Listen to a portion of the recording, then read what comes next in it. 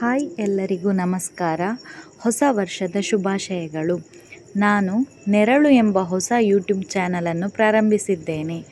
ಹೊಸ ವರ್ಷಕ್ಕೆ ನನ್ನ ಚಾನಲನ್ನು ಸಿಹಿಯಿಂದ ಆರಂಭಿಸಿದ್ದೇನೆ. ಮೊದಲನೆಯದಾಗಿ ಶಾವಿಗೆ ಪಾಯಸ ಹೇಗೆ ಮಾಡೋದು ಅಂತ ನೋಡೋಣ.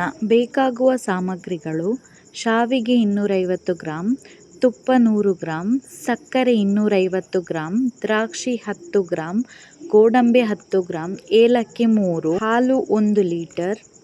ಮೊದಲು ಸ್ಟವ್ ಹಚ್ಚಿ ಒಂದು ಪಾತ್ರೆ ಇಟ್ಟು ಪಾತ್ರೆ ಬಿಸಿ ಆದ ನಂತರ ತುಪ್ಪ ಹಾಕಿರಿ.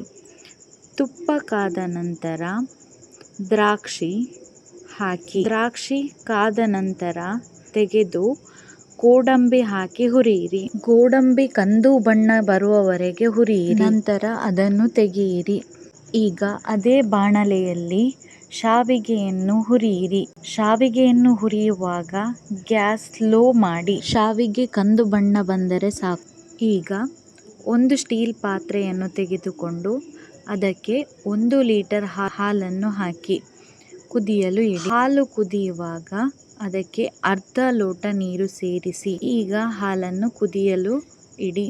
ಈಗ ಹಾಲು ಕುದಿಯಲು ಪ್ರಾರಂಭವಾಗಿದೆ. ಹಾಲು ಕುದಿಯುವವರೆಗೆ ನಾವು ಏಲಕ್ಕಿಯನ್ನು ಪುಡಿ ಮಾಡುವ. ಏಲಕ್ಕಿ ಮತ್ತು ಸ್ವಲ್ಪ ಸಕ್ಕರೆಯನ್ನು ಮಿಕ್ಸಿ ಜಾರಿಗೆ ಹಾಕಿ ಪುಡಿ ಮಾಡಿ. ಸಕ್ಕರೆ ಮತ್ತು ಏಲಕ್ಕಿಯನ್ನು ಈ ರೀತಿಯಾಗಿ ನುಣ್ಣಗೆ ಪುಡಿ ಮಾಡಿ. ಪುಡಿ ಮಾಡಿದ ಮಿಶ್ರಣವನ್ನು ಬದಿಯಲ್ಲಿ ಇಡಿ. ಈಗ ಹಾಲು ಚೆನ್ನಾಗಿ ಕುದಿಯುತ್ತಿದೆ.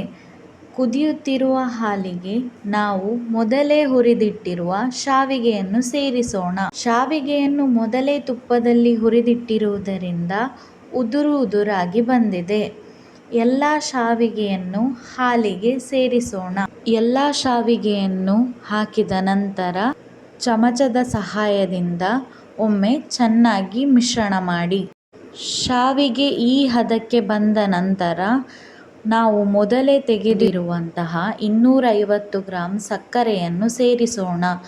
ನಂತರ ಒಂದು ಸೌಟಿನ ಸಹಾಯದಿಂದ ಮಿಶ್ರಣವನ್ನು ಮಾಡಿ. ಈಗ ಇದಕ್ಕೆ ನಾವು ಮೊದಲೇ ಪುಡಿ ಮಾಡಿಟ್ಟುಕೊಂಡಿರುವಂತಹ ಏಲಕ್ಕಿ ಮತ್ತು ಸಕ್ಕರೆ ಪುಡಿಯನ್ನು ಸೇರಿಸಿ. ಏಲಕ್ಕಿ ಪುಡಿ ಹಾಕಿದ ನಂತರ ಒಮ್ಮೆ ಚೆನ್ನಾಗಿ ಮಿಕ್ಸ್ ಮಾಡಿ. ಪುಡಿ ನುಣುಪಾಗಿ ಇರುವುದರಿಂದ ಇದು ಬೇಗನೆ ಮಿಶ್ರಣವಾಯಿತು. ಈಗ ಇದಕ್ಕೆ ಮೊದಲೇ ತುಪ್ಪದಲ್ಲಿ ಹುರಿದ ದ್ರಾಕ್ಷಿ ಮತ್ತು ಗೋಡಂಬಿ ಸೇರಿಸಿ ಒಮ್ಮೆ ಚೆನ್ನಾಗಿ ಮಿಶ್ರಣ ಮಾಡಿ. ಈಗ ಒಂದು ಟಿಪ್: ಶಾವಿಗೆ ಪಾಯಸ ತೆಳುವಾಗಿನೇ ಮಾಡಿ. ಯಾಕೆಂದರೆ ಪಾಯಸ ತಣ್ಣಗಾದ ಮೇಲೆ ತುಂಬ ಗಟ್ಟಿಯಾಗುತ್ತೆ. ಆದ್ದರಿಂದ ಪಾಯಸ ಈ ಹದದಲ್ಲಿ ಮಾಡಿದರೆ ಕುಡಿಯಲಿಕ್ಕೆ ಒಳ್ಳೆಯದಾಗುತ್ತದೆ. ಈಗ ಸರ್ವಿಂಗ್ ಬೌಲ್ಗೆ ಹಾಕೋಣ. ಪಾಯಸ ನೋಡಲಿಕ್ಕೆ ಎಷ್ಟು ಒಳ್ಳೆಯದಾಗಿದೆಯೋ ಟೇಸ್ಟ್ ಕೂಡ ಅಷ್ಟೇ ಒಳ್ಳೆಯದಾಗಿತ್ತು. ಪಾಯಸ ಟೇಸ್ಟ್ಗೆ ನನ್ನ ಮಗನಿಗೆ ಕೊಡುವ. ಅವನ ರಿಯಾಕ್ಷನ್ ಹೇಗೆ ಬರುತ್ತೆ ನೋಡುವ. ನಾನು ಇಲ್ಲಿ ಡೆಕೋರೇಷನಿಗಾಗಿ ಗೋಡಂಬಿ ಮತ್ತು ದ್ರಾಕ್ಷಿಯನ್ನು ಹಾಕ್ತಾ ಇದ್ದೇನೆ.